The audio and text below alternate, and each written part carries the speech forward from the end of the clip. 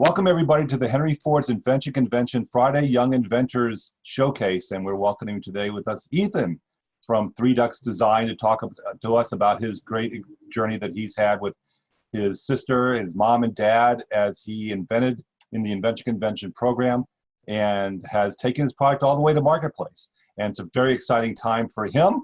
He's got a lot of stuff to share with us. And so Ethan, thanks a lot for joining us today. Well, thank you for having me. So why don't you tell people, just to start out here, what is your product? Just tell us exactly what it is, and then how did you come up with the idea? So we created an educational modeling system that's made to integrate STEM education with art and design. And the main purpose is we have these little connectors, and they're made to fit on any one-ply cardboard. And as you can see, you can pretty much build whatever you would like with them. So you didn't start out to create a STEM education system, did you? You start out, what was the simple problem that you were starting out with to start out with? So my sister and I used to love building with tape, and we would build huge houses, but we would use rolls of tape, and it was all made of cardboard. So we always loved building, and then one of the rules in our house was that we had to, we couldn't buy each other holiday presents, and we always had to make them.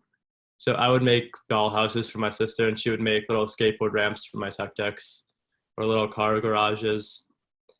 And as we grew older, we both grew an interest in architecture, business, and engineering.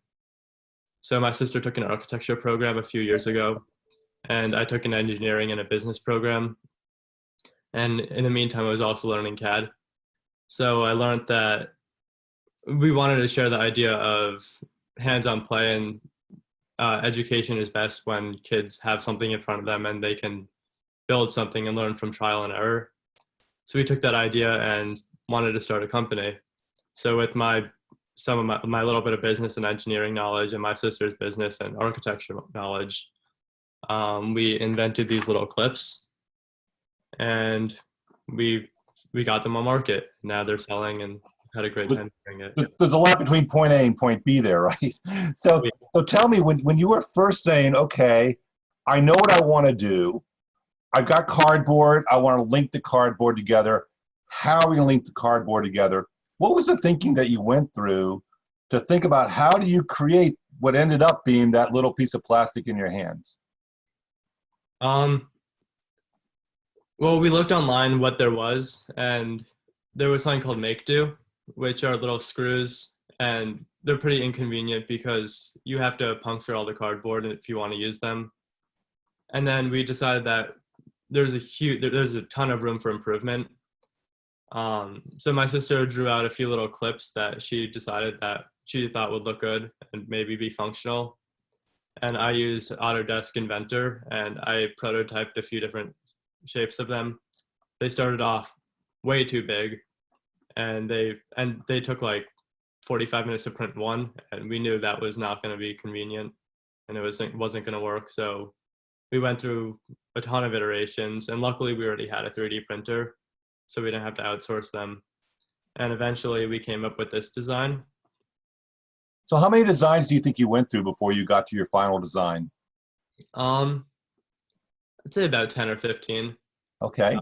Some of that, they started off really big, and then we quickly went down to the smaller size, but then the spacing in between each of the little prongs that took a while to perfect. And then we also decided to go, I don't know if you could see it, there are little teeth on the inside, and it helps grasp the cardboard. So some of the iterations were pretty simple, and it was just adding a little thing, or like the curve in between the L, and that was good for stability, and it didn't break as easily. So how did you first get to use Autodesk software? I mean, did you go out looking for a piece of software? Did you learn that in school? Did you pick it up on your own? Well, in middle school, I learned SketchUp through school, and then that I was told by a lot of people that if I wanted to really get good at CAD, that wasn't the most professional program. It's a great starting point, but if you really want to get into engineering and take full advantage of CAD software, you should go into something you should learn another program. So I tried Rhino, and then I also tried Autodesk Inventor, and I liked Autodesk Inventor a little bit more. That's great. So you got a prototype, Yep. okay, and it's working on 3D printers. So how do you tell if it's got any legs to it? Did you share it with your friends? Did you do any sort of focus groups or any sort of, how did you do market research to show that your product was actually the right product? Yeah, so we did a lot of market testing. Right as we created our first prototypes, we cut up a bunch of pieces of cardboard and went to libraries around Fairfield, around our state, and we went to little kids and asked them if they would like to play with it for a little bit, and then we asked their parents if we could have a little bit of feedback. And instead of taking their we took some criticism, but we looked at it as constructive criticism, and we wrote down everything that they said, and then we improved the product based on their needs and their wants. Right. Yeah. So what is the biggest thing you learned from those discussions? The connector should be a little bit bigger because parents didn't want them to be a choking hazard. So they were smaller at one point, and then we added some girth to them. You wouldn't know that unless you start trying to put them in your mouth, right? So that's Yeah. great market feedback, isn't it? Yeah. I mean, the great things you learn from these focus groups and getting out and talking to people is all the stuff that you don't know. Yeah, that's exactly.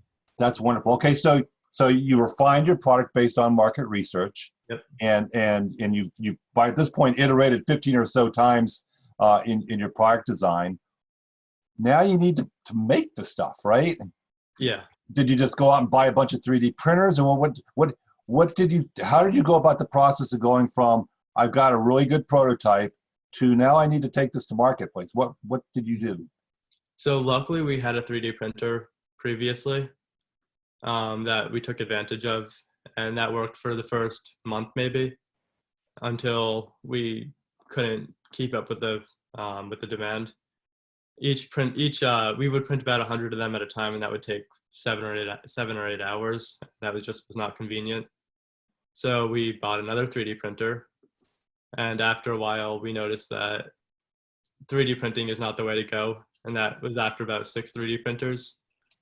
So right as we started the company, we actually went to an injection mold guy who we could mass produce millions of these in a pretty short amount of time. And he said, wow, this is going to be the next Lego. So we decided that we should probably get a patent. So that weekend we went home and spent hours writing our own non-provisional patent and learning how to do that. None of us, my mom, my dad, my sister, and I had no knowledge on that. But after hours of researching and studying it, we figured out how to do it. And then we were lucky enough to have the University of Connecticut with one of their programs, the Intellectual Property Clinic. We were honored to have them work with us and write our provisional patent. And then we also had a CNC router from my parents' furniture company, which we also took advantage of. So we cut all the cardboard on there. And then we later bought a die cutter, which is like a big cookie cutter. And you just pop out all the shapes, and that was much more efficient. So again, you went from A to Z pretty quickly here, right? Along the way here, you must have been in some ways running out of space at home. Yeah. I mean, where did you find the space to do all this? Our dining room. We had pretty much a printer farm in a dining room, and it's still the case today. What do we have in there? We have a bunch of kits ready to send out, and then we also have extras of what has to go into the kits. Okay. We also have a space in the town next to us that has all the manufacturing equipment, which has been really helpful, and we would not be where we were today without that. So you've got a factory. Yep. So you've gone from, I have this idea with my sister, we don't want to use tape anymore and the screws don't work in cardboard, right? And you've gone all the way through this process where you've got your own factory now that's manufacturing these products. How many products do you ship out, do you create a year, do you think? We've sold about 1,700 kits so far Okay, in this past year. that's terrific. We're also gearing it towards classrooms. So we have the much bigger kits actually here. These are called the Go boxes, and they have 400 connectors and a bunch of cardboard shapes.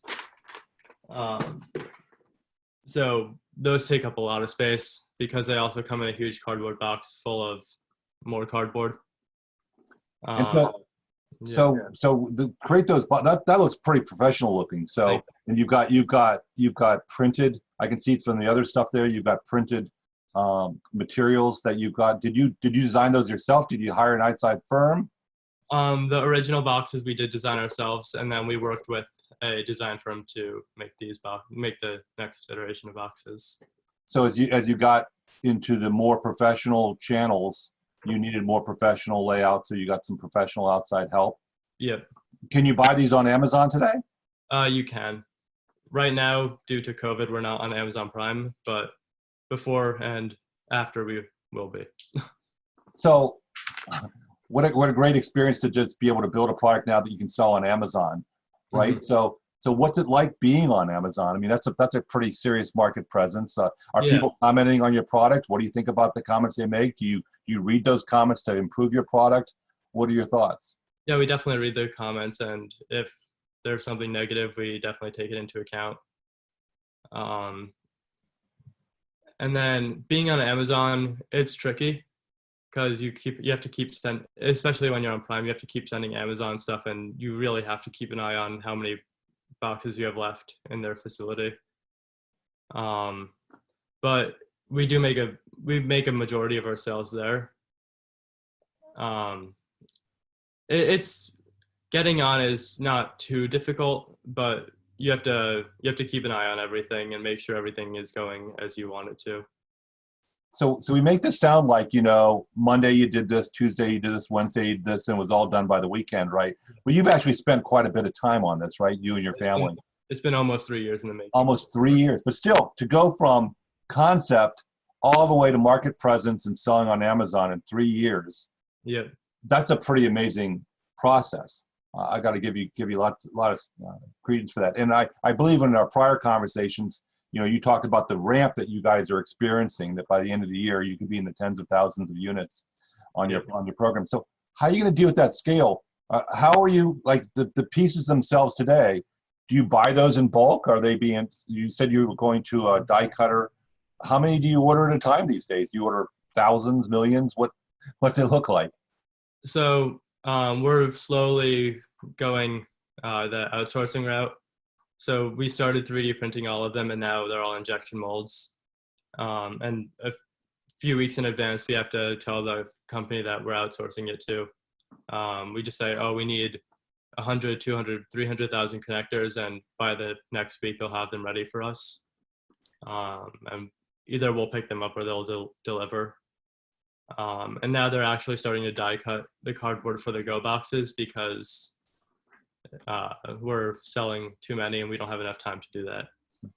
Wow. So when I was a kid, there'd be all these contests in stores where they'd put a bunch of M&Ms or whatever in a jar, and you had to guess how many they would be in that jar.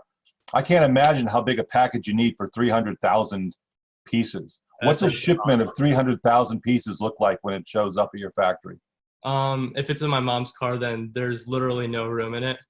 There will be stuff in the passenger seat, and the whole back will be stuffed with boxes. And then getting it up, that's another story.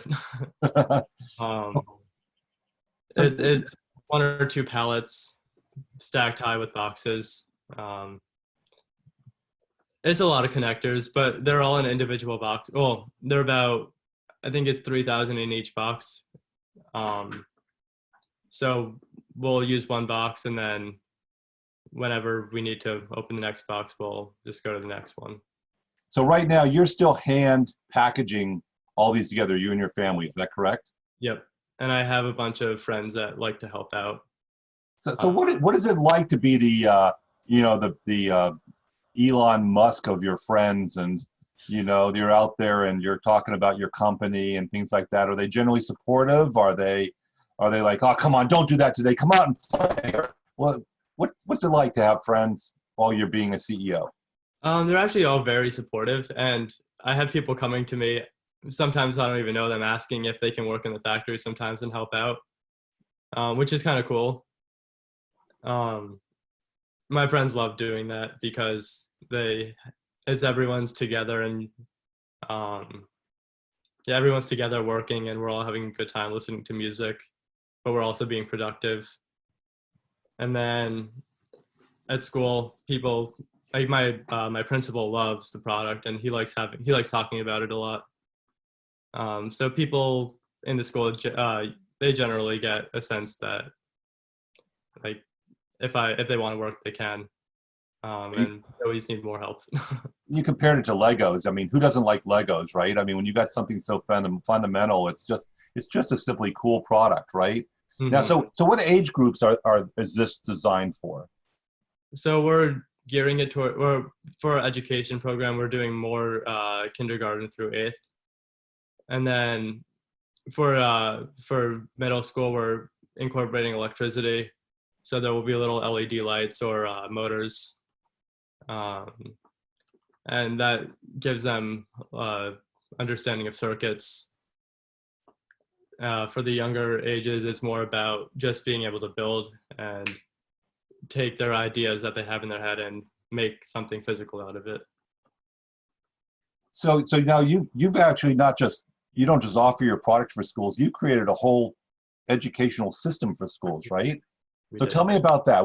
So you go to a school and say, well, we'd love for you to do this. It's not here are all the connectors, go to it. What do you offer them? So we're still in the process of doing all of that and trying to figure out how to market it towards schools. And we actually hired two interns this summer to help us with that. Um, we did create a curriculum this past year is aligned to all the standards, so schools could use it. But right now, it's just the challenge of getting it into the schools. I don't have any experience, and my family doesn't have too much experience with schools in general, or getting products into schools. So we're hoping the interns will work wonders this summer and see what we can do with it. Well, Invention has got a lot of connections in the schools, and so we will definitely be following up with you after this call about how we can help you get out there more. There's just a lot of opportunity.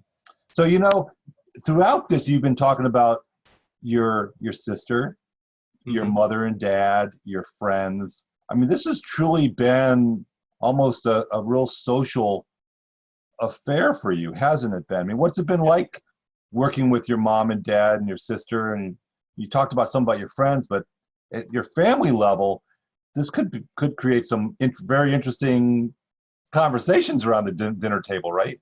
Yeah, that's exactly what I was going to say. Every dinner is kind of turned into a business meeting, and that's always the main topic. We're talking about where we're gonna go next, what our plans are for the future. They're counting the sales we've made the past quarter or the past half the year, and that's all of our conversation at dinner. And then after dinner, we'll sit down for an hour sometimes and just talk about what we have to do in the coming week, and we just create a plan. But so far, it's everything. All the family relations have been. We haven't had any problems, which is good. That's great. We're all enjoying working together. Well, it's interesting the relationship you're bringing up about your sister, right? About the strengths that she brings to your team and what you did. And when you first put this together, you took her artistic capabilities and your more technically inclinations and you put them together. I mean, really, when you put together a team, you really want to complement what your strengths are with other people that have those strengths, right? And that's what and then when you bring in your friends, you're really bringing in a lot of people to support you on your mission. That you just need extra hands and extra bodies to help pack to the music, so to speak. And now you're going to get to a certain point where that won't work, right? Oh yeah. So what are your thoughts about how you are going to grow to the next step? What is the next level that you want to see your company get to? So the company that's producing the connectors and starting to die cut some of the cardboard, they already agreed that they could mass produce the kits if we would like them to. It's just a process of getting there, and when it's like we always have a question: when is it time to start? Right. But right now, we can produce about 100,000 kits a year at max capacity. But once I go to college and my sister goes to college, that will probably once my sister goes back to college, um, that manufacturing is definitely going to go down, especially because I'm not going to have all my friends are going to be in school, and there won't be any hands in the factory. So when the time comes, we already have an agreement, or we're starting to come up with an agreement with them to mass produce and outsource.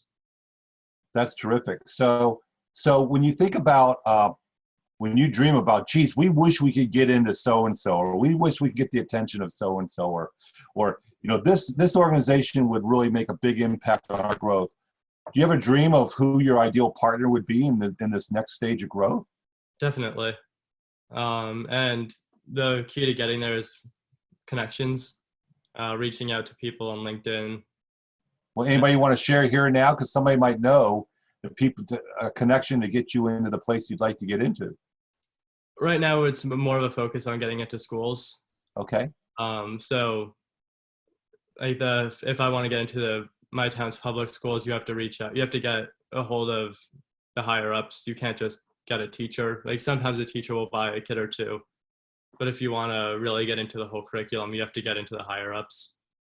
And sometimes getting in contact with them is challenging. But right now, our main focus is schools, I would say. Yeah. Terrific. Well, so when you think about, I mean, you're sort of a role model for a lot of people around you. I mean, whether you realize it or not, all your friends that are taking part and people in school that are watching you do this journey, they're going, well, Shazam, look at what he did, right? I mean, he's got a company. He's on Amazon, right? He's on TV. So, what words do you have to say about all the other young inventors that might be out there watching today? You've been through this journey. You went through the Henry Ford has its whole Model I, right? Going from uncovering the problem, defining what you want to do, designing it, optimizing it, which you did many, many times here, and then implementing it, and then going back and optimizing and implementing again, and uncovering more needs. And you've really been going through that whole process. What advice would you give to students that are just starting out and gonna do what you're gonna do? I'd say my advice is, if you have an idea, pursue it. And when you create a product, you have to think about the future. And is this something you're going to be able to produce yourself, or do you have to outsource it? And if you have to outsource it, how are you going to get it made? Right. But also market testing is probably one of the most important things. You have to go out into the public and see how other people perceive the product. And if they have criticism, what is the criticism and how can you improve on it? And what's the best way to solve it? So I think taking constructive criticism is one of the most important parts in entrepreneurship and innovation. And you want to have a problem. You want to be able to say you solved a problem, or else if there's already a million other things out there that have the same idea, then you want to say something that makes you different. You don't want to have the same thing as someone else. Right. Right. So has there been any products that have popped up that are like your product now? Has anybody reacted to you being in the marketplace? Not that we know of yet. Hopefully no one else is going to try to copy us, but we do have a patent when we are protected. So are people ordering these internationally? Is this largely a domestic US thing, or are you counting the countries that you're going into? Tell me more about your global aspirations. Are you going to take over the world? We're hoping to. So we are in a bunch of other countries, and on our website, if you go to 3ducks design.com, we actually have an interactive map of all the schools we're working with around the world.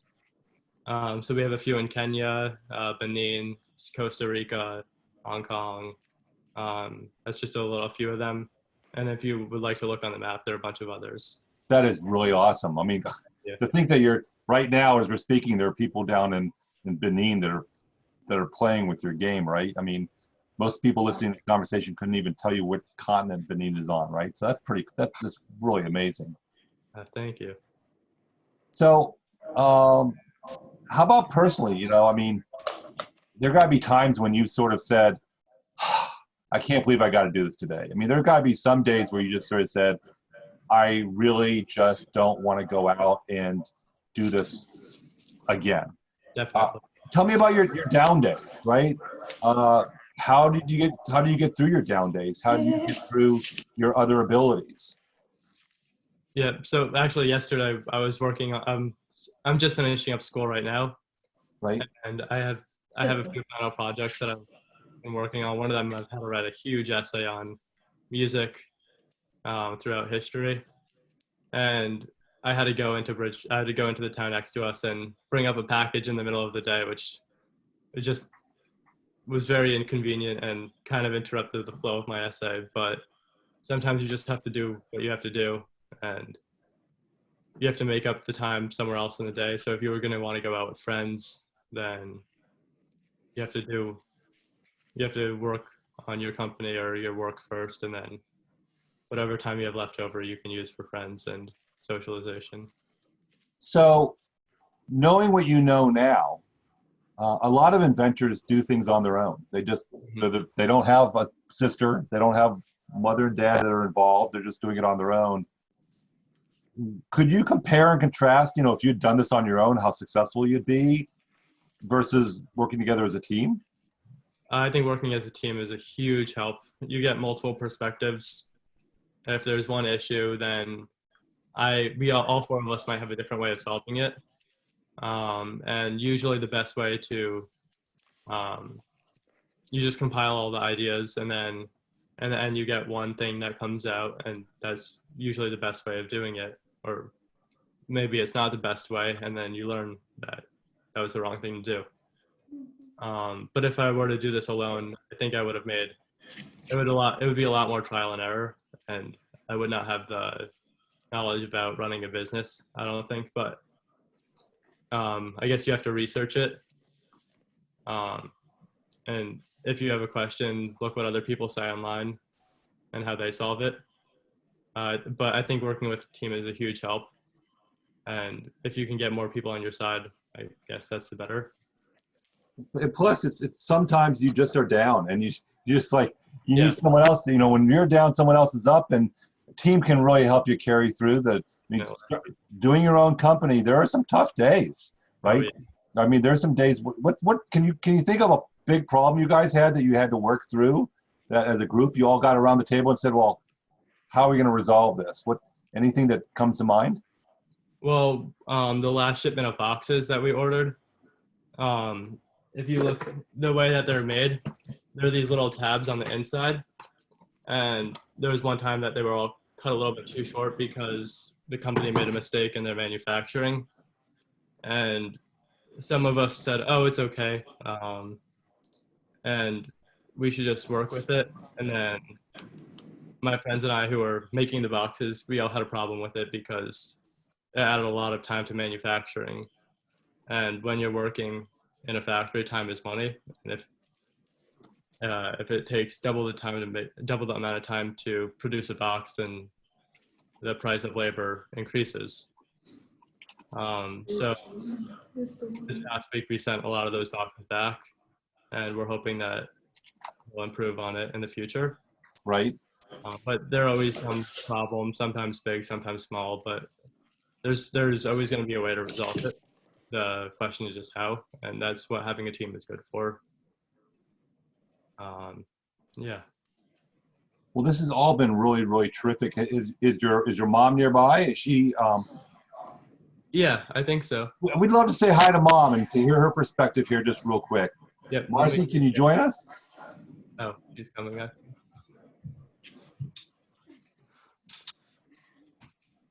Hi. Hi, Marcy. Yeah. So you guys have been You've been on quite a journey here, right? I could have easily been in my PJs, but Well, I'm not. How are you? oh, that's awesome. Well, so you've been listening to his story here, right? You're the proud mom of two kids that have just done awesome things here. What's it been like to be a parent? Your kid comes to you and says, "Mom, I want to order 300,000 things from someone else, and can you give me a check?"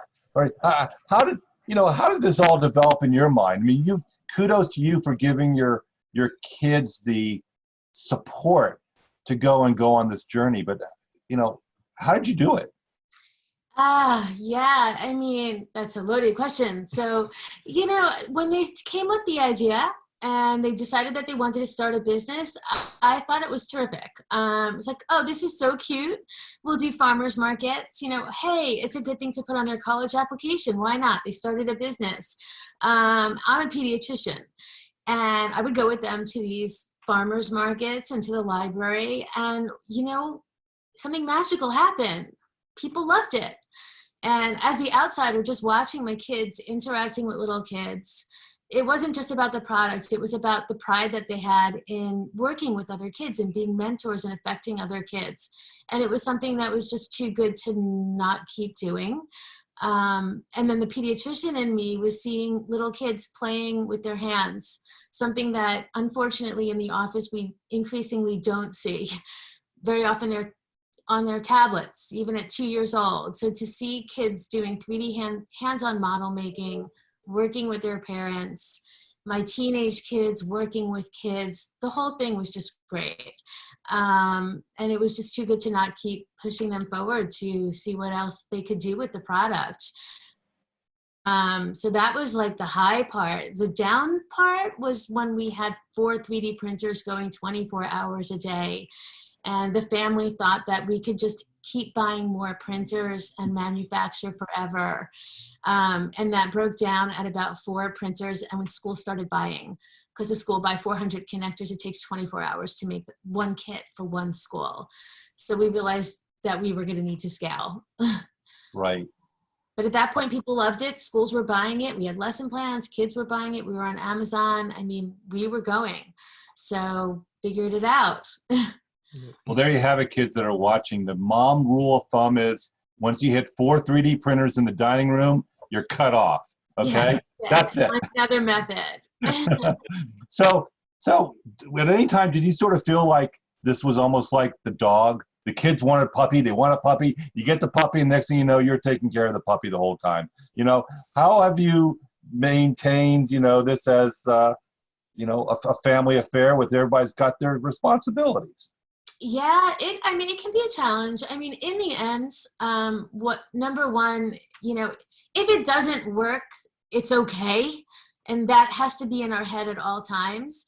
But just the beauty of watching the whole thing unravel is so great that the challenges don't matter so much. But we just got into an entire program. Last night with their alma mater elementary school, we ran a STEM night, a Zoom night with parents and kids, and the kids were so excited. The parents were excited. Even the teachers were like smirking. The principal was online. It's great. Like my kids did that. Yep. they created that, but it's just amazing to watch. So there's not as much downtime or lows as there are the potential for highs. So that balances it out. So where does this go next in your mind? We've heard from Ethan's mind where this goes next. How about in your mind? Yeah, well, this summer, actually, for better or worse, Ayanna, the other co-founder, is home for the summer. She received an amazing grant, Global Impact Awards, for our work overseas and the initiative to get this product into kids' hands all over the world. And that allowed her to get 2 amazing interns. So as a team, we're working to develop a new program, a lesson plan that is easily implemented by all educators all over the world, where kids can create their projects and share them with kids around the world. So it really opens up the world for kids teaching each other, learning about each other, learning about cultural diversity, and embracing it. So that's kind of where we're heading global. Well, I've got a perfect pilot partner for you in Singapore that I'd love to connect you with, that's connected to all the pre-K centers all across Singapore. And I think they would love to try this out in their program and everything. So definitely let's follow up on that. Absolutely. Yeah. And anyone who's in the elementary school age space and wants to pilot the program or start running the program, it's going to be awesome. Kids are going to connect from everywhere. Well, you guys are truly an inspiration. I mean, this is just a wonderful story, and you can just feel the great family values that you have in through this. You know, it's a real testament to mom and dad. You've raised two terrific kids, and the fact that you all still work so closely together and do this, and you sacrificed your dining room table. I can't get beyond that. I mean, there's so many families that they would not sacrifice. The dining room, it's not all bad. It's productive. I have a very good excuse to not host Thanksgiving for 23. Nope, can't. Our dining room's full. Sorry. Well, you know, you never know how these things start, and they grow into really big things. Behind me, I've got the sign from the McDonald's. You know, Ray Kroc starting out McDonald's. This is on the show in Dearborn, Michigan, and he started out with one shop and, you know, one store and one restaurant. Look how big he is today, right? So I mean, I'm seeing your New York growth, and the fact that you guys are set for scale and you've really planned ahead. I just think you've got a really fair wind in front of you, and I wish you the best of luck. And thank you very much for joining us today and telling us both of your stories. And if we can help in any way to Henry Ford, let us know. But above all, thanks for being an inspiration for all the kids that are watching today. Well, thank you so much for having us, particularly Ethan. I mean, your program and the Invention Convention have really, they really helped him go from like knowing that he had something cool to really true external validation and the inspiration to like, yeah, this is something. They believe in me. And like, even at the Henry Ford, like, the judges, they believed in this product and they got it. And that was definitely an incentive and an inspiration to really forge forward with it. So we can't thank you enough. Well, great. Well, you guys have a wonderful, wonderful future with your product. And again, if we can help with anything, let us know. But on behalf of all of us, congratulations and thank you so much for sharing your story. Well, thank you. Take care. Bye. Bye. Bye-bye.